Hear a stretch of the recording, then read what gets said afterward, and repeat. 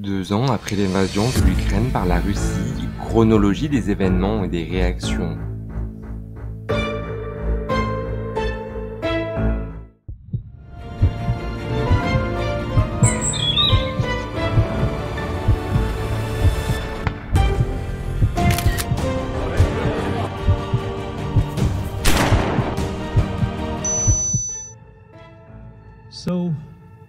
Peu de temps avant l'intervention de Vladimir Poutine, Antonio Guterres s'exprime dans le cadre d'une réunion d'urgence au Conseil de sécurité de l'ONU. Si effectivement une opération se prépare, je n'ai qu'une chose à dire du fond du cœur. Président Poutine, empêchez vos troupes d'attaquer l'Ukraine. Il ajoute, donnez une chance à la paix, trop de gens sont déjà morts. Le 24 février 2022, l'invasion commence. 5h48, Moscou. Vladimir Poutine, président de la Fédération de Russie, annonce dans une allocution le début de l'invasion en Ukraine. J'ai pris la décision d'une opération militaire. Chers camarades, vos pères, grands-pères et arrière-grands-pères ne se sont pas battus pour défendre notre patrie, pour que les néo-nazis d'aujourd'hui prennent le pouvoir en Ukraine. Vous avez prêté serment d'allégeance au peuple ukrainien et non à la junte anti-populaire qui vole et harcèle son propre peuple. Ne suivez pas ces ordres criminels. À ceux qui tenteraient d'interférer avec nous et plus encore de menacer notre pays, notre peuple, ils doivent savoir que la réponse de la Russie sera immédiate et conduira à des conséquences que vous n'avez encore jamais connues. Quelques minutes plus tard, après son discours, des explosions retentissent en Ukraine. Les bombardements de Kiev, Odessa, Kiev, Kharkiv, Mariupol causent les premiers morts d'une guerre longue. Après les multiples explosions, la peur, la crainte atteint des populations civiles qui tentent de fuir la capitale par tous les moyens, en prenant des effets personnels et des provisions à la hâte, en utilisant tous les moyens de transport, passant de la voiture au train et même à pied pour certaines familles. L'aéroport international de Kiev n'a pas pu évacuer les habitants à cause des multiples bombardements qu'il a subis.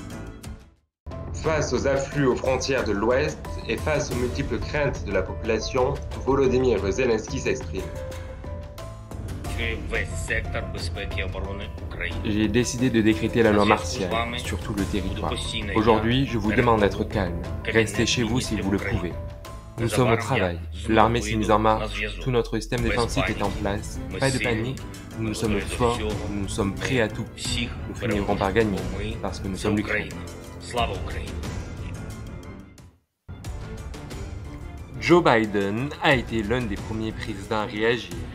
L'Ukraine subit une attaque non provoquée et injustifiée de la part des forces militaires russes. Le président Poutine a choisi une guerre préméditée qui entraînera des pertes catastrophiques de vies humaines et des souffrances humaines. La Russie est la seule responsable de la mort et des destructions que cette attaque entraînera. Et les États-Unis ainsi que leurs alliés et leurs partenaires répondront de manière unie et décisive. Le monde demandera des comptes à la Russie.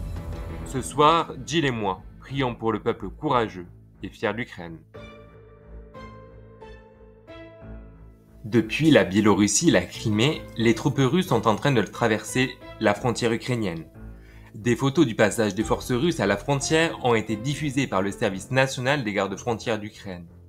Les gardes-frontières ont indiqué dans un communiqué que des véhicules militaires russes, y compris des blindés, ont violé la frontière dans les régions de Tchernigiv, Sumy, Lugansk et Kharkiv. Ils ajoutent que la plupart des unités des gardes-frontières ont été visées par des tirs dans ces mêmes régions.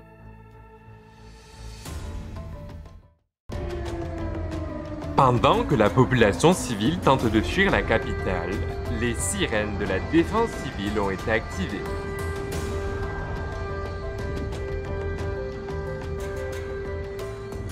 Il y a divers impacts, comme au niveau économique avec l'effondrement de la rouble russe ainsi que de sa bourse. Ce jour-là, le rouble valait 85 contre 95 $. Les zones civiles sont également touchées par les combats. En effet, la force aérienne russe attaque des habitations civiles. Plus d'une centaine d'Ukrainiens ont été tués par les troupes russes en quelques heures. Les forces russes ont pris le contrôle de certains territoires ukrainiens, en particulier à proximité du Lougansk. L'ancien Premier ministre britannique Boris Johnson indique qu'il est consterné par les événements horribles en Ukraine. Poutine a choisi la voie de l'effusion de sang et de la destruction. Le Royaume-Uni et ses alliés répondront de manière décisive. De son côté, en Allemagne, Olaf Scholz, le chancelier, indique que c'est une violation éclatante du droit international et que c'est une journée sombre pour l'Europe entière. Emmanuel Macron condamne fermement la décision de la Russie de faire la guerre à l'Ukraine. La Russie doit mettre immédiatement fin à ses opérations militaires. La France est solidaire de l'Ukraine. Elle se tient aux côtés des Ukrainiens et agit avec ses partenaires et alliés pour que cesse la guerre. Fumio Kishida, Premier ministre japonais, s'exprime en disant que l'attaque russe contre l'Ukraine secoue les fondations de l'ordre international. La Finlande et la Suède condamnent une attaque contre l'ordre de sécurité européen. Hua Chunying, une porte-parole du ministère des Affaires étrangères chinois, a indiqué que la Chine suit de près les derniers développements. Nous exhortons toutes les parties à faire preuve de retenue pour éviter que la situation ne devienne hors de contrôle. Pedro Sánchez, le président du gouvernement espagnol, condamne l'agression russe en Ukraine. Il confirme une coordination pour une réponse.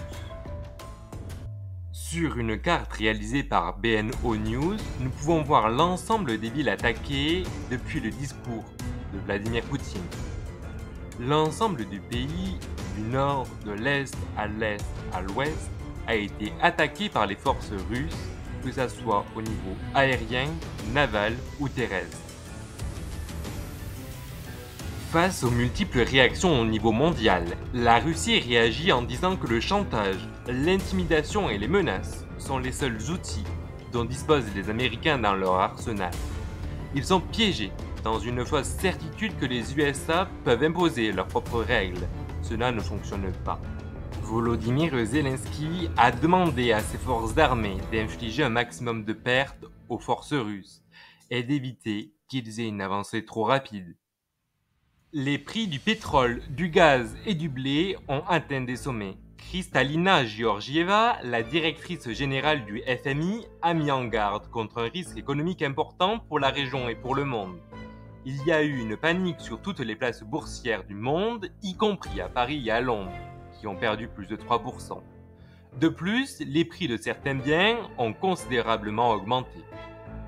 La Lituanie a annoncé qu'elle mettrait en place l'état d'urgence. En outre, le dirigeant de la Lituanie a exprimé son souhait pour l'activation de l'article 4 de l'OTAN. Cet article prévoit qu'en cas de menace contre membres de l'Alliance, des consultations d'urgence soient faites. En raison de tous ces événements, la Moldavie, pays frontalier de l'Ukraine, a également déclenché l'état d'urgence et a fermé son espace aérien. L'Ukraine a annoncé cesser toute relation diplomatique avec la Russie.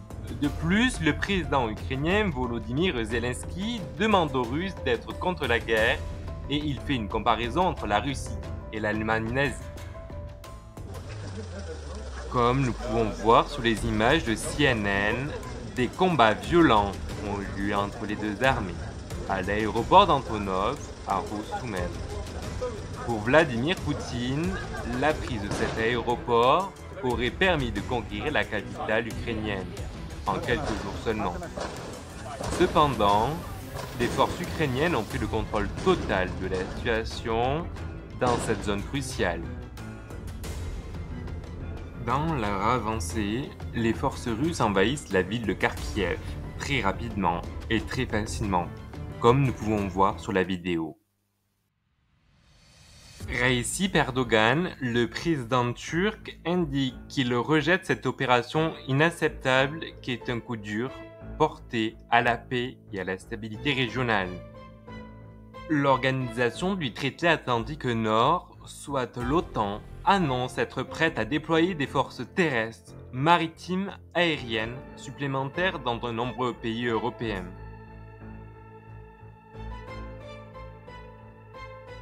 L'ancien Premier ministre britannique Boris Johnson qualifie Poutine de dictateur. Il indique que diplomatiquement, politiquement, économiquement et en fin de compte, militairement, cette entreprise atroce et barbare de Vladimir Poutine. De son côté, Emmanuel Macron, le président français, annonce que dans cette épreuve, la France se tient aux côtés de l'Ukraine. Il ajoute qu'en choisissant la guerre, Poutine a décidé de porter l'atteinte la plus grave à la paix dans notre Europe depuis des décennies. Face à cette invasion, des sanctions occidentales arrivent et se discutent entre les pays alliés afin d'avoir une réponse commune et graduelle. Face à cela, le ministre des Affaires étrangères russe affirme que son pays répondra avec la même proportion aux sanctions américaines et européennes. Les autorités russes annoncent réprimer les manifestations non autorisées contre la guerre en Ukraine. Toutefois, de nombreux manifestants à Moscou et dans de nombreuses villes russes ont bravé cette interdiction. Ainsi, plusieurs milliers de personnes ont été interpellées. De nombreuses manifestations ont éclaté à travers le monde entier, comme à Berlin, Paris, Londres, mais aussi en Pologne, en soutien à l'Ukraine. Dans la journée, les forces russes ont réussi à conquérir la centrale nucléaire de Tchernobyl après de multiples affrontements avec les forces ukrainiennes. Les agences de renseignement américaines estiment que les attaques russes sur le territoire ukrainien ont pour objectif de renverser le gouvernement de Kiev. Selon le New York Times, l'objectif russe est de renverser le gouvernement et les renseignements américains estiment que Kiev tombera dans les 96 heures. Mario Draghi, l'ancien président du Conseil des ministres d'Italie, indique que l'Italie, l'Union européenne et tous leurs alliés demandent au président Poutine de mettre fin immédiatement à l'effusion de sang et de retirer sans condition ses forces militaires hors des frontières internationalement reconnues de l'Ukraine. La Grèce dénonce une violation flagrante et non provoquée du droit international. Elle estime que la révision de l'histoire par la force armée doit trouver face à elle une planète démocratique tout entière.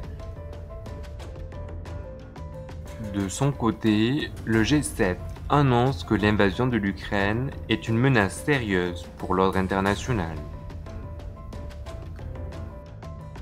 Face aux multiples attaques aériennes, des centaines d'Ukrainiens trouvent refuge dans les stations de métro. C'est notamment le cas sur la vidéo de Benjamin Peter, où l'on voit des centaines de personnes à Kharkiv.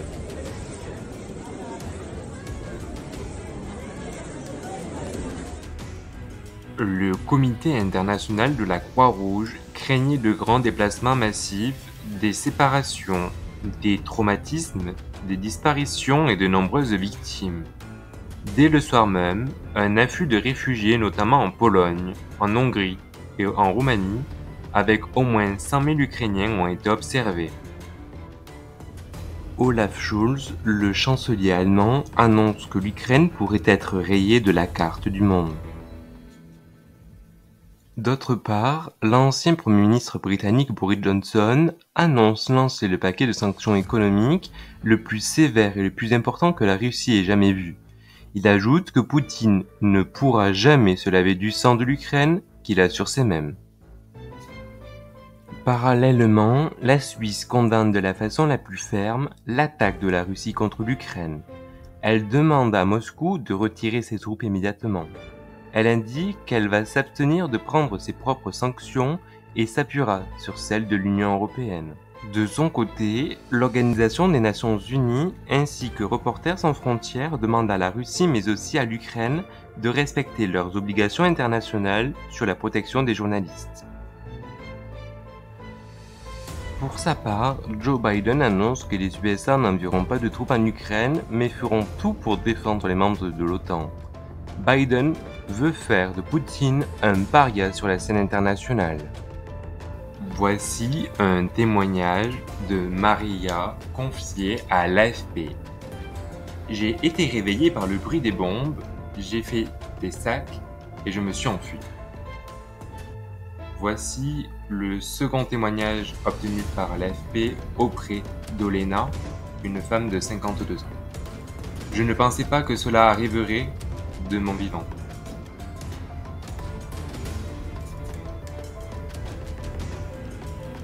Le 25 février 2022, les premières pages des médias internationaux montrent l'ampleur des multiples attaques. Par exemple, le titre de la une d'El País est « Poutine lance une attaque massive contre l'Ukraine ». De son côté, Daily Mail l'intitule « Poutine veut saisir la capitale en quelques jours ».